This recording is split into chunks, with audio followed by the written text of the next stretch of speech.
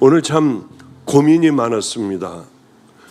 몇십 년간 부흥사로도 활동하고 교회 또 목회도 열심히 하고 기도원도 또 열심히 끌고 갔으니 얼마나 많은 경험이 있겠습니까?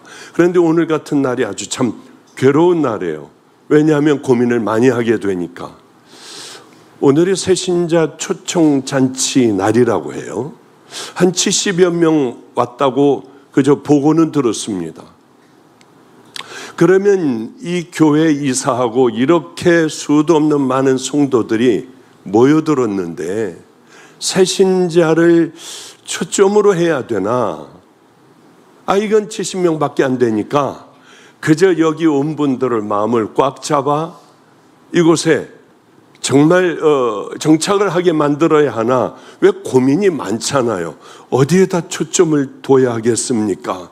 새신자니라. 이런 말씀이 들리면 얼마나 좋겠습니까마는 이게 마음에 끌리는 것도 없고 어디를 향해야 할까? 그렇게 고민하다가 그냥 나왔습니다. 분명히 주님께서 하시지 않을까? 양쪽을 다 은혜 받게 하시지 않을까 하는 생각을 하며 무슨 얘기부터 처음에 시작을 할까 하다가 문득 저희 가족들, 아버지, 할아버지, 할머니, 어머니, 이분들 얘기로 시작을 해야겠다. 적당히 11시 15분까지 해야 되니까 한번 적당히 하다가 말아도 그래, 이 하다 만 얘기 가지고 은혜 받으면 될 거야 하는 그런 생각을 여러분들 하시면 은혜 받을 겁니다. 저희 아버님이 지금 100세십니다. 딱 100세신데 아직도 저하고 카톡을 해요. 나는 내가 보고 싶어. 네가 한국에만 있으면 나는 마음이 이렇게 든든해. 그러나 외국에 나가 있어도 너는 항상 나와 함께 있어. 왜? 휴대폰에는 늘 네 사진이 제일 먼저 있으니까. 이런 얘기를 하실 때 어쩌면 저렇게 말을 잘하실까? 표현을 어쩌면 저렇게 잘하실까? 아버님을 부축을 해드리고 음식점에 가시면은 가다가 말고 딱 서서 저를 보며 네 피가 내 혈관 속에 요동을 치고 흐르고 있어. 어떻게 저런 표현을 하실까? 아버님 소천하시면 나 어떻게 하라고 저런 표현을 서슴없이 해버릴까? 그런 생각도 하는데 아버지에게 가면은 신이 나서 예전에 있었던 그런 하나님이 함께 해주셨던 얘기를 해주세요.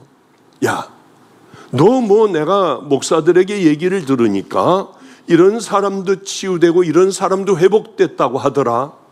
마치 이 길튼 교회에서 2주에 한 명씩 마지막 그 성도들이 이상하게 회복되고 치유되고 하는 것처럼요. 저는 그게 뭔지도 모르고 저도 그냥 구경을 하거든요. 왜? 내가 하는 게 아니라 그 받는 사람들의 마음이 간절할 때에 성령님이 일하시는 거니까 저거는 별로 상관이 없잖아요. 넌 네가 하는 거 아니야. 절대로 그렇게 알면은 너는 하나님의 종이 아니야. 예, 저 그런데요. 그런데 은근히 제가 집회를 하며 누가 낳고 소리를 지르고 뭐가 어떻게 되고 할 때 꼭 내가 하는 것 같은 거예요. 이게 아버님이 거기에 쐐기를 박아주셨습니다. 내가 한 번은 강원도의 연합집회를 갔거든. 그런데 호롯불이라고 쫙 전기가 안 들어오는 그런 곳이니까 호롯불을 잔뜩 달고 이렇게 엄청난 많은 사람들이 모여 집회를 이제 이끌어 가려고 통성으로 한번 주여 한번 부르고 기도하자. 여러분들 오늘 생명을 거는 날이 되어야 합니다. 그러면 여러분들의 인생이 바뀔 겁니다. 병든 환우들은 악을 쓰며 생명을 다해 주님을 부르십시오. 주야 하고 기도를 했는데 은혜가 쏟아지더래요. 길튼교회는 왜 소망인 줄 압니까? 목사가 유명한 목사라서요? 능력 있는 목사라서요? 노. 아니야. 성도들이 목마른 성도들이 이곳에 모여들어 간절한 기도를 하며 마침 그때에 딱 최성렬 목사의 아내가 아파 사형 선고를 받은 거예요.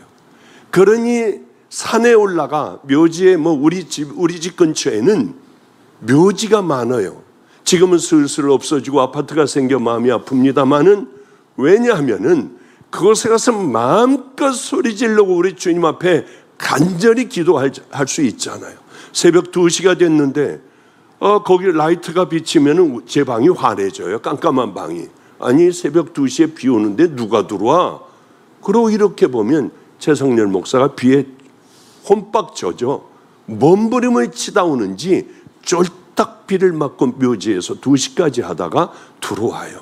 이런 하나님 앞에 간절한 마음, 또 목마른 성도들이 모여 이것들이 마지막 때 이렇게 성령님께서 강력하게 역사해 주시는구나. 저는 그냥 그렇게 해석을 하지 목사의 어떤 능력으로 그렇게 되는 건 절대로 아니다. 미안해 최 목사, 미안하다고. 전 그렇게 생각을 해요. 그냥 그런 생각을 해요. 또 이게 틀릴 수도 있습니다. 최 목사가 엄청난 능력이 있어 되기만 하면 낫는지 전 그건 잘 모르겠어.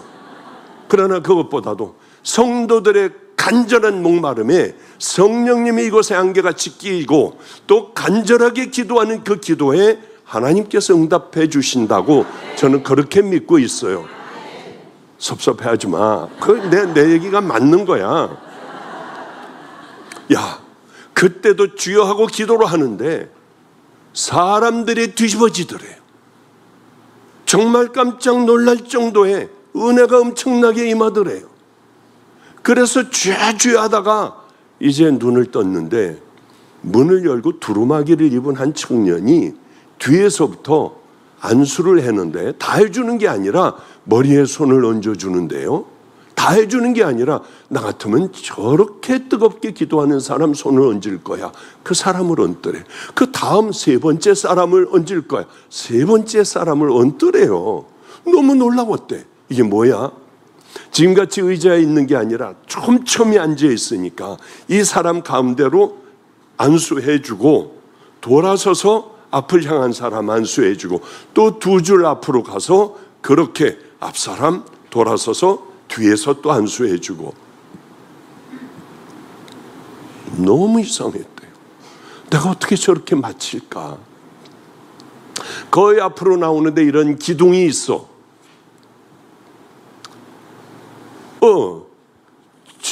바로 이 앞으로 왔는데 이렇게 뒤에 사람들, 앞에 사람들 기도해주고 돌아서서 그 뒤에 사람들 해주는데 십자가 자국이 있더래요.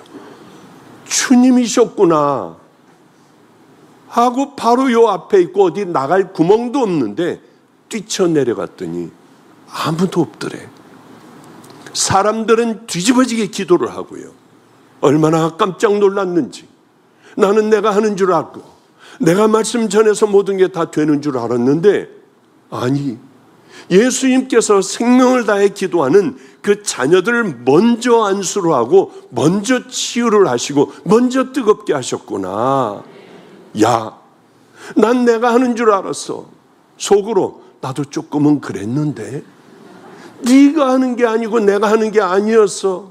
우리 하나님께서 직접, 예수님께서 직접 치유하여 주시고 마음에 감동을 주시고 뜨거운 마음을 주시고 그런 자들에게 손을 얹게 하여 나는 그저 시키는 대로 손을 얹었을 뿐인데 그런 것이구나. 그런 많은 것들을 아버님으로부터 배워요. 교만하지 마. 교만은 패망의 선봉이야. 오늘 오면서도 이제 여기 최성렬 목사네하고 우리하고 같이 사니까, 그건 아래층에서 살고 전 2층에서 사니까 사모한테 최성렬 목사 여기에 주인이라고 생각하고 내가 종이야 그래도 하면 이미 종이 아니야. 종은 주인의 말에 순종해야지. 이게 내가 주인인 줄 알고 생각하면은 주인이 차버려. 밖에 내쫓아버려. 쫓겨나는 종이 되지 말아야 해. 교만한 종이 되면 큰일 나. 옆에서 그냥 쏴대야 돼. 교만하지 마. 왜 그런 생각 가져? 그런 말 하지 마. 사모가 책임져야 돼. 알았어요. 그런데요, 제가 최 목사를 오래 살아서 압니다. 오늘 오다가요, 여기 같이 오다가 최 목사가 교만하다 생각되셔. 최 목사 일로 와. 다음 주일서부터는 나가지 마. 그리고 저 개척교회로 가서 섬으로 들어가. 내가 하나님 앞에 사는 사람이 돼야 돼 하면은 바로 우리는 짐 싸들고 섬으로 바로 갈 수 있어요. 최 목사하고 늘 그런 얘기를 해요. 그만두어라 하면은 그만두자고요. 그게 고맙더라고요. 최 목사는 틀림없이 그럴 겁니다. 교만해지고 망할 것 같은 목사가 되면은 얼른 떠나라 하세요. 우리는 짐 싸들고 바로 다 떠날 거예요. 이 얘기를 해주는데 왜 그렇게 고마운지 모르겠더라고요. 그래 너 교만하면은 쫓겨나. 그러며 이런 얘기를 해주셨어요. 아버님이 한 번은 집회를 가느라고 열심히 이 버스를 타고 가는데 예수 믿는 어떤 예편네가 하나가 있었어. 띵띵한 예편네가 애들을 하나는 뒤로다가 엎고 옆에다가 놓고 그냥 그러고서 방언을 하는데 창피해서 혼났대요. 왜? 타타타타타타타타타 하고 있으니까 앞여자 머리가 허옇더래 침으로. 그러면서 그렇게 하더래요. 저런 여자들은 왜 하나님을 망신을 시킬까 저렇게. 근데 갑자기 가다가 말고 여기 세워달라고 애하고 막 여기 빨리 세우라고 산 기슭을 돌아가는데 여기 세워달라고. 그러니까 기사가 왜 여기를 세워달라고 하느냐, 여기 정류장도 아닌데 하나님께서 여기서 빨리 내리라고 하셨다고 빨리 내리게 해달라고 막 악을 쓰고 난리가 났더래요. 아버지는 나는 대한민국의 최고 하는 강사야, 부흥 강사야. 너한테 얘기하겠냐? 하나님께서 급하시면 나한테 얘기하겠지. 무슨 일이 이 버스에 일어난다고 저 호들갑이야. 창피해 죽겠네. 막 소리 지르고 내려달라고 하는 그 여인을 내려줬더니 머리에다 이고 뒤에다 하나는 달고 애 들고 보따리 들고 그러고 내리더래요. 왜들 저럴까 하는데 갑자기 꽝 하는 바람에 정신을 잃었는데 거기서 버스가 굴르기 시작을 했대요. 마침 거기에 미군이 주둔하는 미군 부대인가 무슨 부대가 하나가 있어서 와가지고 아버님은 살아날 수가 있었고 오랫동안 병원에 입원했다고. 천한 사람이라도 너보다 훨씬 더 난 믿음의 용사들이 있어. 나는 교만하기가 짝이 없었어. 그러니 너는 겸손하게 그렇게 사역을 해야 된다. 이런 이야기가 저에게는 생명같이 들려요. 100세 되신 할아버지, 그래도 아직 정신은 말짱하시고 아직도 호령을 하시는 분이지만 그분의 이야기하실 때마다 가슴이 절렁거려요. 그런데 얼마 전에 처음 듣는 얘기를 해주셨어요. 다 몇 번씩 들은 얘기거든요. 우리가 논산에 있을 때 북한이 쳐들어왔대요. 그런데 다들 빨리 피난 가야 한다고 하는데 그놈들 와보면 어때? 오면 어때? 안 갔대요. 아니 설마 우리 죽이겠어? 난 목사인데. 안 갔대요. 와가지고 다 제일 먼저 잡혀간 게 아버지가 잡혀가고 다들 예수 믿는 사람들 다 잡혀갔대요. 그래서 교도소에 있는데 다음 날 사형을 집행한다고 하더래요. 새벽에. 어머님은 얼른 있는 폐물 없는 것들 다 준비해가지고 인민부장인가 그 사람네 집에 가서 우리 남편을 구해달라. 나쁜 사람 아니지 않냐. 여기서 가난한 사람들도 없고 복음을 전한 죄밖에는 없다. 평상시에 잘 알고 지내는 그는 그러면은 새벽에 꺼내줄 테니 빨리 도망가야 한다. 될 수 있는 대로 여기서 멀리 가야 한다. 왜? 내가 들어갈 때 그때 빼낼 테니까. 그래서 빼냈는데 아버지는 투덜거리더래요. 아니 지금 왜 나가자고 해? 어딜 가? 어머님은 준비하고 있다. 자전거에 애들이니 뭐니 다 안고 뭐 이러고서 도망을 나왔답니다. 나오는 길에 탕탕탕탕탕 총소리가 그렇게 요란하게 나더래요. 그 새벽에 그 사람들 아마 다 죽인 모양이에요. 너무 힘들게 죽어라고 달려 도망가 결국은 이제는 쓰러져 아무데도 어떻게 알지 못할 때에 이제는 죽어도 못 가겠다. 주여, 우리 여기서 죽습니까? 하는데 보니까 전라도 강경이라는 표시가 크게 돼 있고 거기 산 밑에를 보니 큰 대궐 같은 집이 있더래요.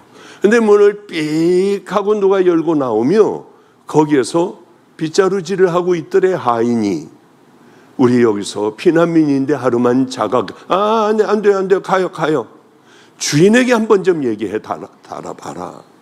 주인에게 갔더니 주인이 즉시로 달려나와 피난민이라고 하는데 잘 모시고 자기네 안방을 내주고 새 이불을 깔아주고 말도 안 되더래요. 목사라는 얘기도 안 했는데 한상을 차려 잘 먹게 했답니다.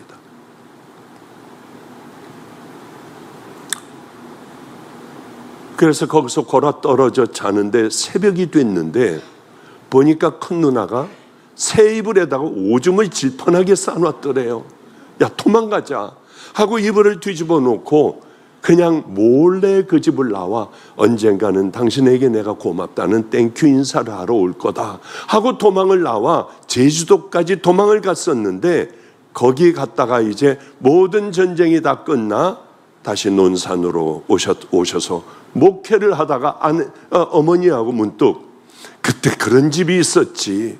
여보, 우리 가서 고맙다고 인사를 합시다. 선물을 잔뜩 들고 전라도 강경이라고 써있는 바로 거기 그것을 지나 가봤더니 없더래요. 그 집이. 이건 왜 이래? 아니 폭격을 맞은 모양이다. 가봤더니 기와장이나 뭐 하나도 없더래요. 동네로 내려가 여기에 그 큰 대궐 같은 집이 있었는데 그 집이 어디로 갔는 줄 압니까? 우리 동네는 그 대궐 같은 집커녕은 그 입구에 좋은 뭐 조그만 집도 없어요. 그래서 그 자리에 가서 어머니하고 울면서 하나님 앞에 그렇게 기도했다고 하더라고요. 그 얘기를 하면서 이제 가서 식사를 먹고 나오며 아버님은 계속 감격하셨는지 그때 중국집에 들어갔거든요. 방이 있는 중국집에를 들어갔어요. 거기서 먹고 나오다가 세상에 홀에 있는 사람들도 있는데 거기서 찬양을 하시더라고요. 이게 얼마나 창피해요. 이게 거기서 찬양을 하니까 어린아이처럼 우리 주님을 향한 찬양을 했어요. 전 찬양을 잘 못 들어서 창피해서 얼른 도망 나왔거든요. 근데 그러다가 이렇게 밖에 나가서 보는데 아버지가 그렇게 멋있어 보이는 거예요. 저렇게 멋있을 수가 있나. 얼른 가서 아버님을 부축하고 나왔던 기억이 있어요. 하나님은 살아계셔. 이건 내 유언이야. 내가 너에게 하는 유언인데 하나님은 살아계셔. 내가 지금 100세까지 여기 하나님을 만나며 여기까지 왔는데 내 하나님은 살아계셔. 나를 여기까지 이끌어 오셨어. 너는 꼭 그 살아계신 하나님을 믿어야 해. 그런데 제 마음에도 저도 아버지 그런 경험이 너무나도 많아요. 속으로 저는 그렇게 대답을 했어요. 하나님은 살아계신 하나님이에요. 우리는 이렇게 많은 사람들이 모여 예배를 하나님 앞에 올려드리지만은 어쩌면 수십 년 동안 죽은 하나님, 내게 아무것도 못하는 하나님, 그 하나님을 믿는다고 하며 습관적으로 와서 은혜 한 번 못 받고 주님을 만난 경험도 없고 우리들의 삶이 변화된 적도 없고 그저 와가지고 헌신한다고 하고 교회 일 열심히 하고 수도 없는 많은 세월을 그렇게 굳어진 채로 주님을 만났다고 하지만 만난 적이 없는 헛된 예배를 드리는 얼마나 많은 사람이 이 땅에 살아가 오늘도 주일 예배를 그렇게 드리고 있겠냐는 거예요. 처음 온 새신자나 10년, 20년, 30년, 40년을 믿은 여러분들이나 우리는 다시 한번 우리의 신앙을 꺼내보고 나 진짜 믿고 있는 건가? 난 삶이 변했나? 그걸 한번 생각을 해봐야 돼. 제가 최 목사가 설교했을 겁니다. 예전에 양평인가 어디 그쪽에 어떤 분이 자기 아들이 식물인간이래요. 자기는 목사 3호래요. 꽤 오랜 세월을 아들은 저렇게 누워 아무것도 모르는 채 있대요. 목사님 한번 오신다면 제 평생의 소원이 이루어지겠습니다. 누군지도 모르고 어디 교회 다니는지도 모르고 저는 무조건 그 멀리를 찾아갔어요. 찾았더니 구멍을 뚫고 호수로 계속 가래를 뽑고 있고 아들은 기침을 하면 가래 이게 다 튀어나오고 그러며 그 아들을 기저귀를 갈고 목욕을 시키고 아들이 남산만해. 얼마나 불쌍했는지. 최선을 다하여 기도해주고 왔어요. 그리고 이제 세월이 조금 흘렀어요. 또 왔더라고. 카톡이 또 왔어요. 목사님, 아들이 목사님을 보고 싶어 합니다. 아니 어떻게 그 식물인간인 아들이 저를 어떻게 목사님 보고 싶어 갑자기 그러겠어요. 저는 그런 생각을 했어요. 오죽 나를 그리워하면, 나같이 별 볼 일 없는 사람을 그리워하면 아들이 보고 싶다고 할까. 그래서 최 목사 빨리 일로 와. 우리 오늘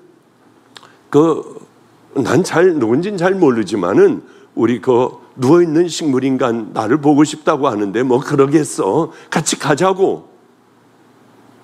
그래서 얼마 전에 최 목사하고 둘이 가서 안수를 해주고 기도를 해주는데요.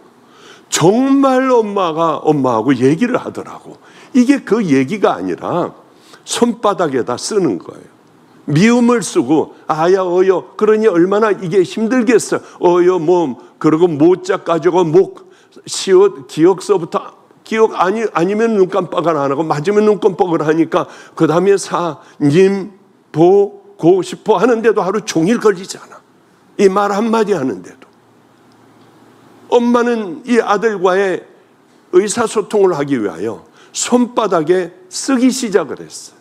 계속 또 써보고 하니까 아들이 눈을 껌뻑거릴 때마다 그거를 멈추고 그 다음 자음 모음 이걸 쓰다고 보니까 목사님 보고 싶어. 이게 나온 거예요. 그 다음서부터 하루 종일 손바닥으로 아들과의 통화를 했어요. 드디어 목마르다, 배고프다, 자기의 표현을 하기 시작을 했습니다. 얼마나 은혜를 받았는지요. 얼마나 은혜를 받았는지 오면서 그런 생각을 했어요. 주님과 나와 손바닥으로 통화를 한다면은, 아니 일주일에 한마디를 한다 해도 꼭 이걸 묻고 싶어요. 예수님, 하나님, 저 똑바로 가고 있나요? 나 지금 어디로 가고 있나요? 나는 결국은 언젠가는 주님을 만나는 건 분명한데 그때 주님은 내게 뭐라고 하실 거예요? 그 생각에 꽉 차. 최 목사하고 별 말도 안 하고 그렇게 집으로 들어왔던 기억이 나요. 오늘 본문은 우리에게 이렇게 얘기하고 있잖아요. 예수님께서 사대교회에게 편지를 쓰셨어요. 그런데 그 편지가 기가 막힌 거예요. 내가 내 행위를 아노니 내가 살았다는 이름은 가졌으나 죽은 자로다. 우린 다 살은 채로 신앙생활도 하고 뭣도 하고 다 해요. 또 이제 처음 예수 믿으러 나온 분은 열심히 그저 내 성실하게 내 삶을 살았어요. 하나님 하나 몰랐고 예수님 한 분만 몰랐죠. 열심히 살았어요. 성경은 그 삶이나 교회 나와서 하나 행위가 변화되지도 않고 삶이 변화되지 않은 그들을 향하여 내가 살았다는 이름은 가졌으나 너는 죽은 자다. 여러분들 정말 잘 오셨어요. 어쩌면 저는 그렇게 기도했습니다. 70명 모두가 다 예수를 정말 믿어 살아계신 하나님 앞에 천국 들어가는 삶을 살게 해달라고 기도하고 나왔어요. 내가 내 행위를 아노니 내가 살았다는 이름은 가졌으나 너는 죽은 자야. 이렇게 주님이 말씀을 하시니, 그리고 저는 이제 의사였고 뭐 잘 사는 집안의 목사였고 잘 사는 집안의 사위였고 뭐 하나 부러울 것이 없었어요. 그런데 가정이 깨져버리고 그때부터 저는 타락한 삶을 살기 시작을 하다가 주님을 만났어요. 많은 걸 가지고 있었어요. 주님을 만나게 됐어요. 제가 예수님을. 목사의 아들이에요. 저는 어머니도 목사고 아버지도 목사고 할아버지 작은아버지 다 목사예요. 그러나 저는 예수 안 믿었습니다. 믿는 척을 했어요. 안 하면은 매 맞고 안 하면은 저 부모들이 속상해하니까 절대로 안 믿었어요. 온갖 더러운 짓은 다 했습니다. 가정이 깨지고 난 다음서부터 저는 정말 타락을 했어요. 그런 삶을 이렇게 살아가고 있었어요. 왜 그렇다고요? 제가 왜 예수 안 믿었겠습니까? 교회에 살아가는 이 사람들 싸우는 걸 보고 상처를 주는 걸 보고 서로 멱살 잡고요. 악을 쓰고 나가서 다시는 교회도 다니지도 않고 오히려 핍박자가 되고, 어린 제가 초등학교 5학년 때 그걸 보며 정말 천국이 있다면, 정말 지옥이 있다면 이렇게 살아갈까? 이게 진짜일까? 하는 의심이 들었어요. 제가 결론을 내렸어요. 어릴 때 막 싸우고 소리 지르고 막 그냥 악한 마귀 지 아무리 강할지라도 하고 서로들 보고 막 싸우고 하는 걸 보고, 왜? 거기는 북한에서 이제 이렇게 나온 사람들 피난민들로 구성되어진 아주 가난한 동네였기 때문에, 아, 이게 진짜라면 장로님이 저렇게 할까? 답이 금방 나오더라고요. 교인들을 보니까 하나님은 없고 가짜였어요. 가짜였구나. 얼마나 제가 속이 편안하고 행복했는지요. 그래요. 그러다가 주님을 이게 39, 40살에 만나게 됐습니다. 초등학교 5학년 때 싸우는 모습을 보고 정말 주님을 다시 만난 것은 그 우리 부모의 기도 때문이죠. 모든 것 다 버렸어요. 의사도 다 찢어버리고 모두 다 찢어버리고 가지고 있던 거 팔고 가난한 사람들에게 다 나눠주고요. 그리고 저는 버려진 애들, 고아, 깡패들, 길거리의 아이들, 도둑질하는 애들, 교도소에서 나온 사람, 알코올 중독자하고 같이 살았어요. 왜? 주님이 그거 좋아하신다는데 그거 못하겠습니까? 매도 얼마나 맞았는지요. 퉁퉁 부은 삶이, 푸석푸석한 삶이 내 삶이었어요. 왜 그렇게 하고 살아간 줄 아십니까? 나는 진짜가 한번 돼보려고. 나는 그렇게 안 살아보려고요. 참 그렇게 살아온 지 벌써 35년? 이제 올해 73살 할아버지가 됐으니까 다 모든 거 은퇴하고 이렇게 여기까지 왔으니까요. 몸부림을 쳤어요. 몸부림을. 별의별 놈의 일들을 다 당했어요. 얘네들이 자꾸 거듭나질 않으니까 애들에게 10대씩 나를 때리라고 했습니다. 그럼 한 100몇십 대 맞는 거예요. 9대 때리다가 10대째 슬슬 때리면 다시 때리게 했어요. 그럼 뭐 피투성이가 되도록 맞는 거 아니에요? 그러면 어때? 그런데 한 아이가, 키가 작은 아이가, 땅땅한 아이가 잘못했어요, 죄송해요 하면서 때린다는 게 허리를 때렸어요. 근데 이상하게 다리가 저리기만 하고 아무 느낌이 없어. 얼마나 저린지. 왜 발 저릴 때, 일어나지 못할 때 그런 감각이 없어지면서 얼른 발가락을 움직여 봤어요. 의사였으니까 알잖아요. 안 움직이더라고. 감이 없어. 모든 게 감이 다 없어요. 그때야 늘 나가 도둑질하고 칼 가지고 뺏고 하던 아이들이 그때야 울어요. 그렇게 새벽마다 끌어안고 예수님은 살아계셔, 하나님은 살아계셔, 너희들이 이제 이렇게 살아가야 해도 말 안 듣던 애들이 다음날 또 그렇게 하고 또 죄 짓고 들어오고 잘 데가 없으니까 교회에서 같이 자는 거예요. 근데 소변을 보는지도 모르니까 애들이 놀라 끌고 들어가 거기서 닦아주고요. 그러면서 그렇게 울더라고. 새벽마다 애들이 울었어요. 교회에서 새벽마다 의자를 다 절로 제끼고, 그리고 애들이 모여 울면은 얼마나 우는지 눈물 닦는 당번까지 있었어요. 필그림 선교교회 이광진 목사가 그걸 처음으로 우리 교회 와서 애들이 울면서 눈물로 그렇게 애들이 가슴을 치고 악을 쓰고 울면서 하나님 살려달라고, 목사님 서게 해달라고 악 쓰는 걸 보고 충격이었대요. 너무 충격받았대. 이런 기도를 처음 보고. 휠체어 타면 어때요? 나는 내 사명 다 했어. 이만큼 했으면 된 거예요. 빨리 하나님 앞에 가고 싶었어요. 너무 힘들어서.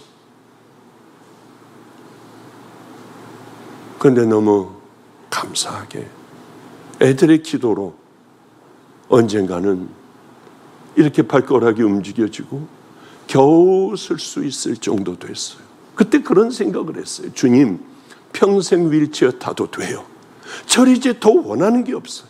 얘네들이 이렇게 울고 기도하고 죄를 버리고 이렇게 믿음의 길을 향해 걸어가잖아요. 얼마나 행복했는지 몰라요. 하반신 마비되면 어때? 인생이라고 하는 건 뭡니까? 생명을 걸고 한번 사랑할 수 있는, 그것을 위하여 내 몸을 불태워버리는 그 삶이 멋진 삶 아니겠어요? 저는 한때는 그랬어요. 세월이 또 흐르니까 예전으로 다시 돌아온 할아버지가 됐습니다. 그때 그 마음은 그렇게 몸부림을 쳐도 잘 안 되더군요. 그러나 그 삶을 살아가려고 애를 써요. 애를 써. 사대교회를 향하여 이렇게 얘기해요. 하나님 앞에 너희의 온전한 것을 하나도 발견하지 못했다. 이거 정말 문제 아니에요? 큰 문제 아니에요? 주님은 우리를 보고 뭐라고 하실까요? 이 길튼 교회를 보고 뭐라고 하실까요? 너희 교회는 살아있어. 이 음성만 듣는다면, 너는 살아있는 내 딸이야. 이 말씀만 한번 듣는다면 휠체어를 타고 다니건 기저귀를 차고 다니건 뭐가 우리에게 문제가 있겠습니까? 이 시대의 교인들은 딱딱하게 굳어져 버렸어요. 우린 굳어지면 안 돼요. 정말 삶으로 하나님을 사랑하며 살아가야 돼요. 헌금도도 하고 전도도 하고 우리 예배도 드리고 기도하고 뭐 열심히 하잖아요. 그러나 삶을 보면 세상 사람하고 똑같은 거예요. 제가 이번에 얼마 전에 아프리카를 가면 참 힘듭니다. 그런데 해결해야만 될 일들이 거기에 있어요. 제가 가야만 해요. 거길 가면은 이제 지대가 높기 때문에 가면은 토하고 이 숨을 못 쉬고 그래요. 그 지대가 높거든요. 그렇기 때문에 케냐 나이로비에서 오랫동안 한 2, 3일을 자고 기압을 잘 적응을 하고 그 다음에 이제 우리의 사역지로 올라가거든요. 근데 거기에 가면은 호텔에서 묵지 않아요. 밥을 잘 해주는 아인 게스트하우스라고 하는 곳에 묵어요. 한 번은 장로님이, 거기 주인이 장로님이니까 사는 거는 좀 힘들어요. 거기서 지내는 거는. 그러나 밥이 맛있고 호텔 같은 데 들어가기 싫으니까 11년 동안 한 번도 그 외에 다른 데서 잔 적 없어. 가기만 하면 거기 가서 자요. 장로님이니까. 그런데 장로님이 목사님, 제가 좀 목사님에게 여쭐 게 하나가 있습니다. 여쭈시죠. 폐결핵이 걸리고 다 죽어가는 놈이 하나가 있었어요. 걔를 데려다가 병원을 데려가고 얘를 건강하게 만들어주고 결핵을 다 없애줬습니다. 그리고 먹고 살 수 있도록 우리 게스트하우스에서 열심히 일도 하게 하고 했는데 어느 날부터 돈이 없어져요. 그래서 CCTV를 거꾸로 돌려보니까 이렇게 은혜를 베푼 이놈이 이 돈을 다 가져갔다는 거예요. 그래서 불러가지고 이거 너 이랬지 않느냐, 경찰 불러서 교도소 보내야겠다 생각을 하고 저한테 마침 와가지고 상담을 했어요. 이놈 교도소 보내야 되는 건 맞죠? 아니요. 봉투에 돈을 준비하시고 과일을 불러, 너 오죽했으면 여기서 돈을 훔쳐갔겠니? 오죽했으면 돈이 필요했지. 이걸 가져가서 써봐. 사람을 거듭나게 하는 건 교도소 보내는 걸까요? 우리 크리스찬이라면 이렇게 하면 되잖아요. 그러면 얼마나 그렇게 울 거 아니에요. 상대방이 펑펑 울 거 아니에요. 내가 잘못했어, 이렇게 생각할 거 아니에요. 이번에 갔는데 또 묻더라고요. 문을 열어주고 닫고 하는 사람이 또 하나가 있습니다. 차가 수도 없이 왔다 갔다 하니까 여기 이 친구가 그러는데 주방에서 일하는 애들이 뭘 잔뜩 싸가지고 그 뒤쪽에다가 숨겨놨다가 갈 때 싹 갖고 간다는 거예요. 목사님, 제가 이거 어떻게 해결한 줄 아세요? 어떻게 해결했냐? 먹을 걸 잔뜩 그 위에다가 싸놨대. 다들 이만큼 싸갈 수 있도록 다 그 애들만큼 잔뜩 싸가지고 내가 미안하다. 너희들에게 내가 그렇게 해주지 못하여 오죽하면 너희들이 먹을 걸 갖고 갔겠니? 이젠 내가 자주 이렇게 사줄게. 그동안 미안했다. 날 용서해라. 했다는 거예요. 저거 동갑 할아버지가 좋아 어쩔 줄 몰라 하며 잘했죠 목사님. 아이고 너무 잘했어요. 우린 그렇게 살아가는 거예요. 괜찮아요. 정말 그렇게 살아가는 거예요. 하나님의 자녀들이 그렇게 살아가야지. 오늘 처음 오신 교회에 오신 여러분들, 사실 교회는 이렇게 살아가는 곳이에요. 여러분들도 오셔서 거기에 참석하여 우리 함께 걸어가는 믿음의 용사가 되어야 되지 않겠습니까? 그런데 우리는 왜 이렇게 살아가는지, 왜들 다들 그런 쓸데없는 믿음으로 살아가는지. 여러분, 세상 아무것도 아니에요. 금방 지나가요. 제가 알고 있는 어떤 아이, 인천 송월동 1가 4번지 2국에 1257 송월감리교회. 저는 거기서 어린 시절을 보냈습니다. 우리 아버지는 담임 목사님이었는데 함경도에서 피난 온 중기형이라고 있었어요. 그 집 아들이에요. 다리를 심하게 저는 그런 아들이에요. 그 아들 형은 너무 손재주가 좋아. 뭐 이거 접는 거, 뭐 이거 하는 거, 굿을 따먹기 하는 거에는 그 형을 당할 재간이 없었어요. 아무도. 그러니까 주판 넣는데도 백구슬이라고 최고의 비싼 하나 가지고 우리가 갖고 있는 거 20개, 30개, 50개 하고 바꿀 수 있는 구슬이 이 안에 꽉 차 있고요. 신발 주머니에 꽉 차 있고 딱지가 이만한 박스에 꽉 들어가 있고요. 그걸 보니까 가슴이 뛰어요. 나도 저런 훌륭한 사람이 되면 얼마나 좋을까.